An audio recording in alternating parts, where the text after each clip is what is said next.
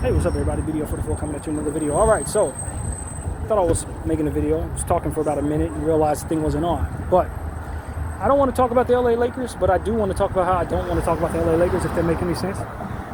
And we'll proceed to say what we have to say here. But the Los Angeles Lakers, the problem is for me right now is that I just think the whole situation is doom and gloom. I think it's going to be more difficult days ahead than good ones. And I think it may take a very long time to fix this. That's what I really think. I think the Los Angeles Lakers have almost but surely put them in a position to where they're going to have to rebuild and probably have what I call an unnatural rebuild, because they've misallocated their assets in such a way to now most of what they have isn't worth anything. And that's a real problem in the sense that when you don't have anything to work with, meaning when you start to try to trade a lot of the stuff that they have, what you're going to find is you can't get second round picks, first round picks for it. And all that trickles down from that is people lowballing you for the stuff that is worth anything. It takes good stuff to give yourself the leverage to keep your stuff at a price that makes sense. If people think that you have any desperation attached to you, it lowers the value of everything you have. Desperation to move on from players that don't want to be there, desperation to get talent because you're lacking it, desperation to get pieces to make your team come together, all of that stuff being sensed makes it so that people can raise the price tag on anything that you ultimately want to trade. And it doubles down on that. It doubles down on that same problem because now you have stuff that people want you to pay them to take from you. So when we do trades like what we just did with the D'Angelo Russell trade and bring ourselves two more useless market pieces, whether they can help our unit or not, once it's time to start our rebuild, we can't get nothing for these dudes. Lakers talking about giving an extension to Dorian Finney-Smith. He better start playing like he's worth that extension. If not, you giving him that money is dead weight. I don't know that I want to extend Dorian Finney-Smith based on the fact that our rebuild could be imminent. And his contract could potentially just be bad off the sheer strength that he's not really worth anything at all. So paying him anything at all is going to be looked at as a bad contract. So like what I see is going on with Gabe Vincent. He paid him $15 million. That's not bad. But that he wasn't playing well and was hurt all the damn time made it work like it's not good anyway. It's bad money. You understand what I'm saying? So if you give Dorian Finney-Smith that contract, and he's well on his way to being in his Jay Crowder phase, then you're going to have a dead weight contract no matter what it is, what the dollar amount of the year is on it. So, like, this is the problem that I see the Lakers running into. We've given away stuff that was worth something for stuff that is worth nothing. We let players that could potentially turn into being worth something go so that we could bring ourselves players that are worth nothing, that are likely not going to be playing up their value to be anything. And so for me, it's like, yo, we really butchered ourselves because we are already lacking in a lot of talent. But now we let go of players that could potentially become valuable in the market, or at least positives in the market, for guys that we know damn well will not become positive in the market. Christian Coloco, based on his skill set, will not become positive in the market. Cam Reddish will not become positive in the market. Gabe Vincent will not become positive in the market. Shake Milton will not become positive in the market. Jackson Hayes will definitely not become positive in the market. The guy we just picked up, what's his face? Trey Jemison will likely not become positive in the market. Like, we got a bunch of stuff that doesn't have any upside, and even if these guys play better, it's going to require them to play so much better to become positive in the market.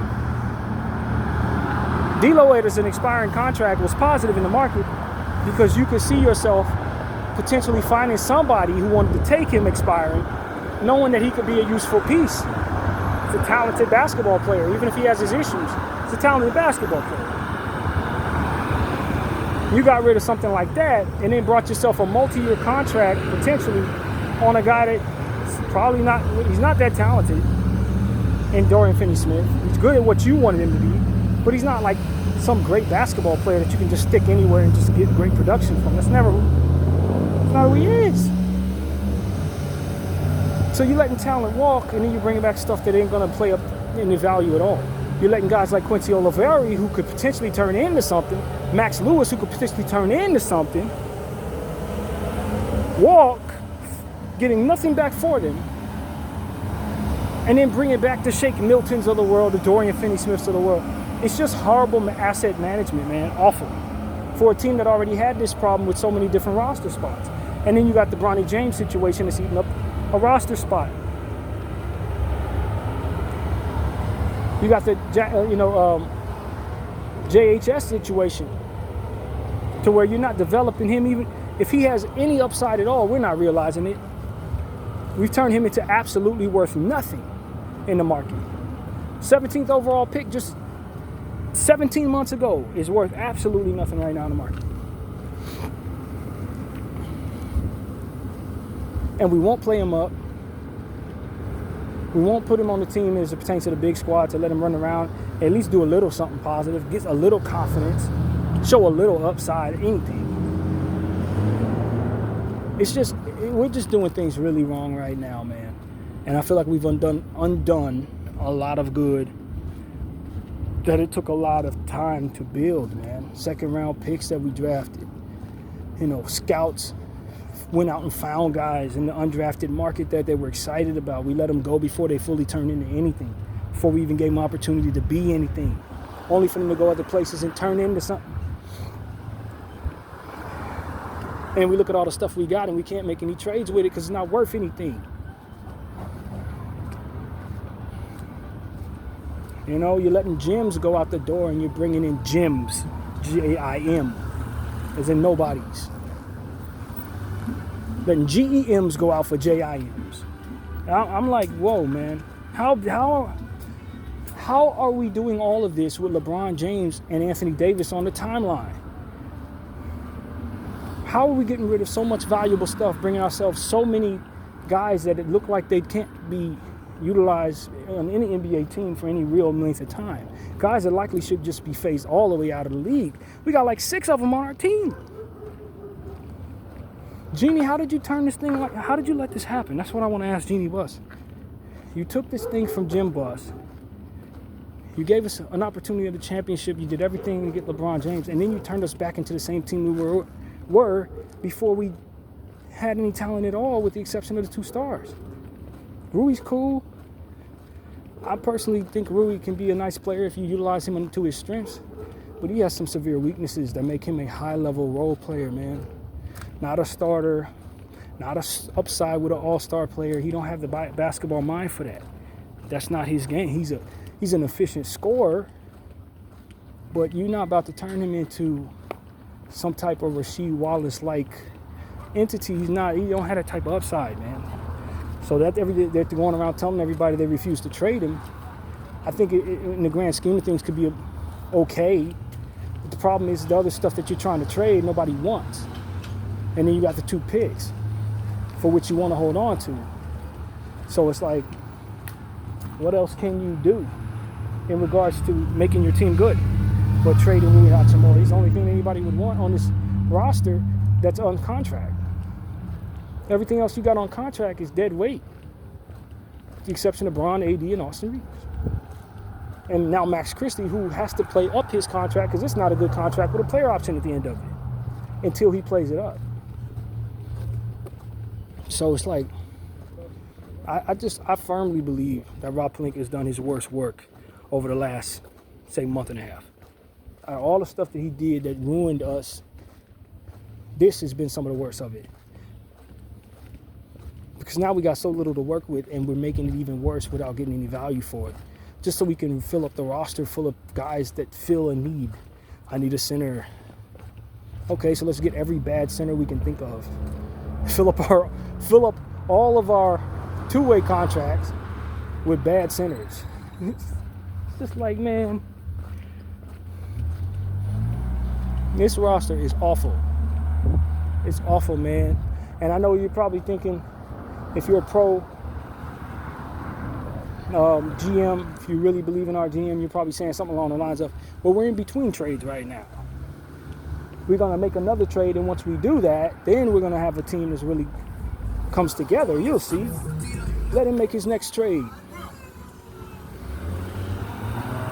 And I'm saying if he's evaluating talent the way that this Dorian Finney-Smith trade and Shake Milton trade shows me he is, that next trade is going to be awful. If he stays on the path he's been on, moving Quincy Olivari out for Trey freaking Jemison, believe me, this is going to be awful. If that's the line of thinking he's rolling with. If he's still doing this JHS over Cam Whitmore stuff, we're not going to like the next trade he makes. So that's why I'm just like, man, I can't think about nothing else but this when it comes to this team, man. I can't think about nothing else. Ain't really nothing else for me to see, y'all. If we're in between trades, I don't trust the next trade gonna be any damn good. That's my problem. I don't trust that the trade that we're about to make will be even worth making. And I think that trade may potentially cost us picks because of the circumstances we have right now. And I think that if he gives away those picks, our future looks empty.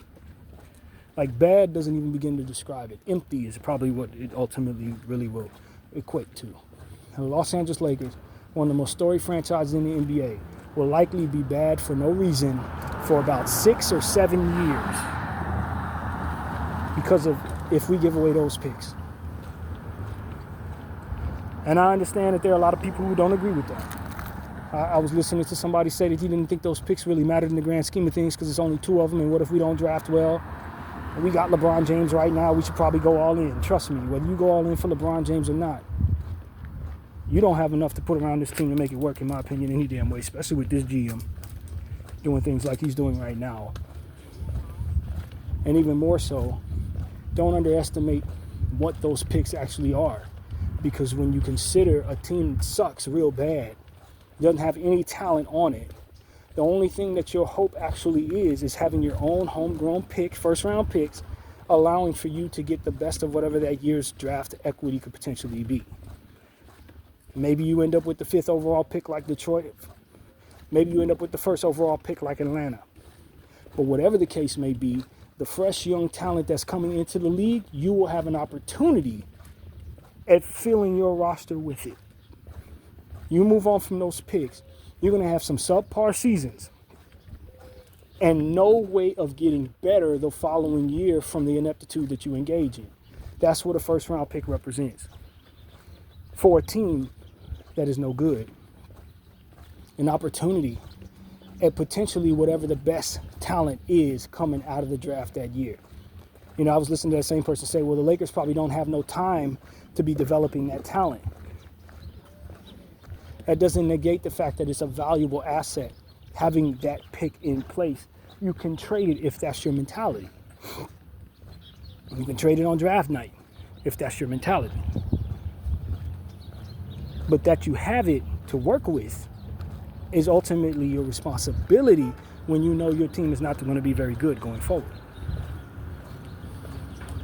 Go all in for LeBron James. That's what we did. This is what it came to. And that's the Russell Westbrook trade was that. So I don't doubt that this looks bad, but I also don't doubt that if we trade away our picks, we're making it worse. You trade away your picks for Walker Kessler when LeBron James and Anthony Davis leaves, assuming LeBron James retires in our uniform. You could trade Anthony Davis for whatever he's worth. Maybe try to move Walker Kessler for whatever he's worth. Maybe move Austin Reeves for whatever he's worth. And then you can find yourself in a position to where you have good enough. Hey, friend. Hey. Where you have good enough to work with. Hey, hello. Hey, girl. Hey. So you'll have a little bit to work with, but not nearly enough. And that's the point.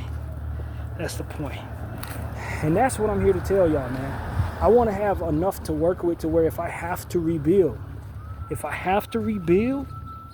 then at least I know I have good things to work with and enough to retain so that even my bad team has young talent getting better on it. Not just a bunch of guys that I picked up off the waiver wire who don't really have a place in this league, but since we have very little to work with and a lot of roster spots, we're just putting crap together. Filling our roster full of G League hopefuls, hoping that we can find a star in a G League. and seeing how long it takes for us to rebuild when that's the situation, hoping that an all-star will come and sign our contract to make our team worth watching. It's just a bad way to rebuild, man. It's the worst way to rebuild. So that's why I want to tell people, like those who are saying, hey, throw your picks in, what do you have to lose? A lot. And I know a lot of people aren't painting that picture properly, and they're going to have us suffering the ills that come with it. This picture needs to be painted. You give away those picks, and you got all the best talent coming into the league not going your way, flying right past you, just like Phoenix is about to go through, just like the Clippers are about to go through at some point. Any of these teams that mortgage their future, you're why OKC is the best team in the Western Conference. Clippers, you're why. All that talent is supposed to be going your way.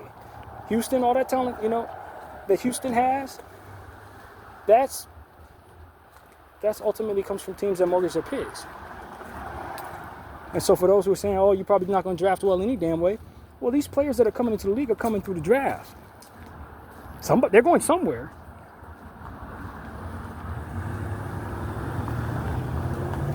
Well, you may not get a Wemby. Yeah, but I might be able to get an Anthony Edwards. Every year there's somebody worth having in that damn draft, man. You just got to find them. And if you have the top pick in the draft, then you have the opportunity to have more choices than everybody else in finding them. We can't act like the world is not going to continue to produce basketball talent at an all-star, superstar level. Many people have made the mistake of thinking that by giving away picks for guys that are only going to be stars for about 3 more minutes. And then those players end up going to these different teams, like Houston, like OKC. You understand what I'm saying? The mentality that a lot of these people that want to give away picks have are why they keep going to OKC. So that's what I'm telling y'all. It's like, look, man, I understand we got LeBron James for only 5 more minutes, Anthony Davis for only 5 more minutes, and going all in makes a lot of sense to a lot of people because you may not get Bron and AD ever again. And you got to capture it while you have them now. But, like, tomorrow, when they're gone, I'm going to be suffering the ills of that decision. I don't get to bring them back and say, hey, keep playing a little longer. I got some talent now. They're going to be going either way. So wouldn't it make sense for me to just hold on to the little that will make it so that my tomorrow is not absolutely horrible for no reason? While they're here, and sacrifice what they have going on? Because they are great. Do you understand what I'm saying? Like, they are great. Tomorrow, I won't have great on my team. For the same reason you're telling me to go all in on my picks, or the same reason why I'm telling you we need them. Because tomorrow, when AD and Bron are gone, I'm not going to even have the young talent that could potentially be exciting coming into my league, my organization. Because I wanted to go all in for something that's no longer going to be in my face at that time. You see what I'm saying? That short-sighted nonsense is going to leave us with bad basketball to watch for many years. And the apprehension about what it looks like when you don't use your picks properly is going to have us giving away the opportunities we have at rebuilding our team and our timeline properly. Because people want to have good memories of what today provided. It ain't worth it. See, that's the difference. The people who are making that argument are interested in good memories of Bron and AD. I don't give a damn about no memories. I'm going to be concerned about the team that's in front of me next year, those years. And how I'm going to have a 10 and 71 record, 72 record. And that player is going to be going to another team.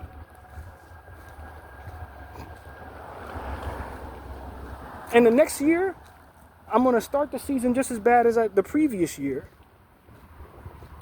while somebody else is enjoying the rebuilding talent that came from my mortgage picks. And then I'm going to be listening to podcasts from these same people talk about how they hate watching what they're seeing. But at least they have memories of when we went all in to get Walker Kessler for LeBron James and Anthony Davis. I'm sorry, that doesn't actually make any sense. We can argue it does with a short-sighted mentality, but when it really comes down to it, these are the same people who are going to be enjoying basketball for the Los Angeles Lakers in the future. And they're going to turn it off when it looks as bad as it's going to look because of the decisions that we ultimately make for LeBron and AD today. They're going to turn it off. They're not going to watch.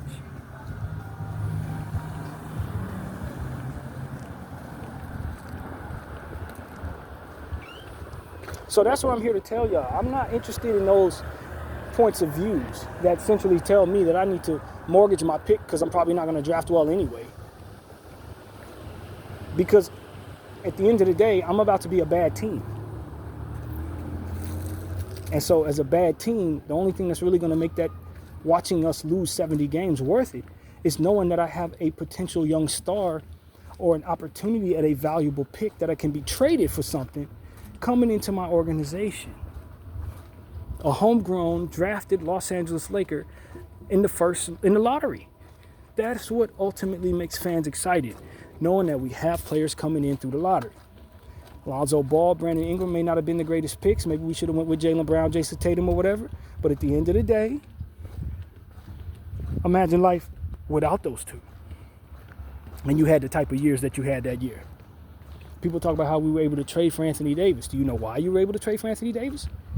Because you had Brandon Ingram, Lonzo Ball, Josh Hart, picks that you didn't mortgage away to trade for Anthony Davis. So if you trade away them picks for Walker Kessler, or you trade away them picks for Bruce Brown and Ochai Agbaji, then guess what you don't have when it's time to rebuild after LeBron and Anthony Davis? Picks to trade for whatever, however. Picks to draft so that you can then turn them into trades for whomever, however. The logic is always going to dissipate when you start considering what the world looks like for the Los Angeles Lakers when they do this. That's what it really comes down to. When you trade away your picks for this moment that's fleeting, you understand that it's going to have long-lasting effects on the teams that you're watching in the future. And those effects are negative, extremely. And while it's always a risk that you take the wrong player in the draft, the reality is you'd rather have an opportunity at those players, especially in that circumstance, than to not have any opportunity at all and sitting on the idea of, well, we probably wouldn't have drafted well any damn way. And then that's not gonna fly at that point. When draft day comes around and freaking Utah's drafting all your lottery picks because you've had bad seasons and gave them the best players coming through that damn draft. No. What I'm supposed to do? Look back on LeBron James and Anthony Davis and say, at least we gave him a chance. I don't give a damn about that damn chance, and you know it. And if you don't know it, that's what my thinking is here to help you understand. You ain't gonna give a damn about that. By that logic, I'll just tell you to look up at the banner of 2020 right now. Anybody not happy with what you're seeing right now? Look up at 2020. See them banners? Aren't they nice? Focus on those instead of this badass basketball we're looking at right now. By that logic. Remember the time when the Lakers forgoed all of the future picks so that they could get a few role players to help a lost basketball team in 2025? Yep. Wow, wasn't that awesome? Yeah, it was. All right, let's watch all these scrubs run. Like, that's what people are setting us up for with their short-sighted thinking and their opinion that we need to go all in a broken team. Like, I'm so far removed from that type of stupidity, and I'm gonna be honest with you. I know I'm offending some people when I say that, but that is so stupid when you really consider the fact that you're not gonna be gone a year from now, 2 years from now, 3 years from now when Bron and AD are. As Laker fans, you're gonna be right there watching that trash. You see how your team looks right now without Bron and AD? Remove Bron and AD from this year's unit. That's what future units are going to look like if you make trades and move picks. That's your whole unit, minus Bron and AD. You're going to have players of the ilk of what it is that you're sitting on right now. Because you're not going to have upside young talent. You're not going to have the leverage to trade for anything worth having. You're going to have a bunch of Shake Miltons, Dorian Finney-Smiths, Cam Reddishes, Jemison. That's what you're going to have. That's your roster. Because of the stupid stuff that people are doing today and want to do even further from today in mortgaging more of our picks. It's mortgage picks that made it so that you have all of this garbage on this damn team. And you want to mortgage more picks so that you can somewhat fix today's bullshit, only for it to be worse tomorrow because of it. But God forbid we think about anything past our freaking noses. This pertains to this freaking franchise. God forbid we actually envision ourselves being Laker fans after this season. No way. And see, that's what it comes down to. A lot of them people won't be. They're going to watch Golden State. They're going to watch OKC. They're going to watch Utah, whoever has all the talent. That's who they're going to watch.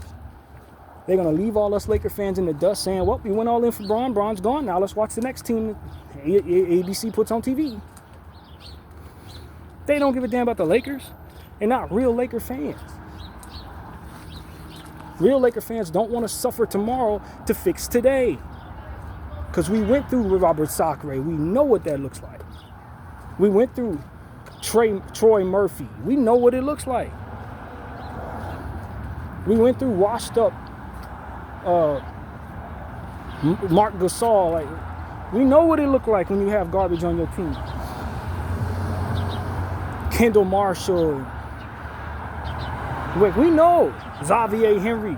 We know. That's what you all are setting us up for when you talk about mortgaging the last 2 picks we got. It's exactly what future teams are going to look like. We're going to suck ass. And the only thing we're going to have to look up at is banners from the past. I'm absolutely not going to co-sign that. And I'm going to really make sure all of you understand that people who do are either short-sighted or bandwagoners that are going to jump off this bandwagon immediately upon Bron's departure. So that's what I want people to understand. Salute the Kobe minute that passed about 2 minutes ago. I am not at all for giving up any more draft equity to fix this broken basketball team that is broken because we mortgaged so much of the past trying to bring these guys a bunch of stuff that ultimately didn't work for whatever set of good or bad reasons. Russell didn't work. Both Russells. Neither one of them worked. We gave up picks in the pursuit of getting these people. Now we only have 2 picks to work with, and you're trying to bring me a Walker Kessler, shot blocking center that only plays about 25 minutes a game. Go to hell. Have me watching bad basketball because y'all can't stand to think about how life won't be best if we utilize Bron and AD for the last 5 minutes of their damn careers. No, stop that now. Stop that right now. Have me watching bad basketball for 7 years in a row because y'all want to give away picks between now and 2030 just so you can make LeBron feel like he has a chance to win when he don't. No, that's backwards logic. Your memories ain't going to do shit for my basketball team tomorrow, and that's why I am so frustrated cussing the way that I am, because I know that's what our franchise front office is bending to, the pressure of people who are short-sighted, evaluating talent poorly, underestimating the importance of future picks in bad seasons, underestimating the difficulty of getting good talent when you don't have any value within the talent that you hold. No, all of those people are going to have us bad. That's the reality of it. If they were running our franchise, we'd be worse than we are right now. No, they don't know what the hell they're doing. Video 44, I thank you all for watching.